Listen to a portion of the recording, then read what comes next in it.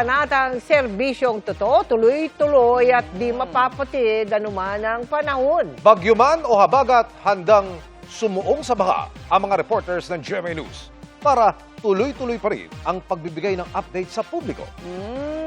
Tila na-inspire nga ang isang netizen sa San Fernando, Pampanga.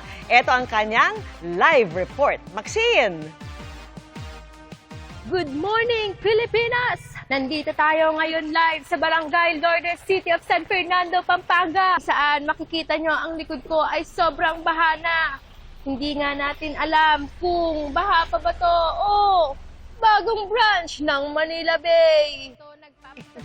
Sumuong sa baha at talaga namang postura ala reporter si Maxine Manabat habang nagbibigay ng latest sa kanilang lugar at barangay.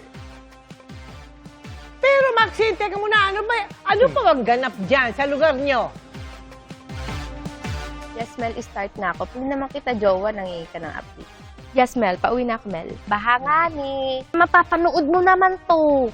Ako po, si Maxine Manabat. Nag-uulat at naghihintay ng jet ski pauwi.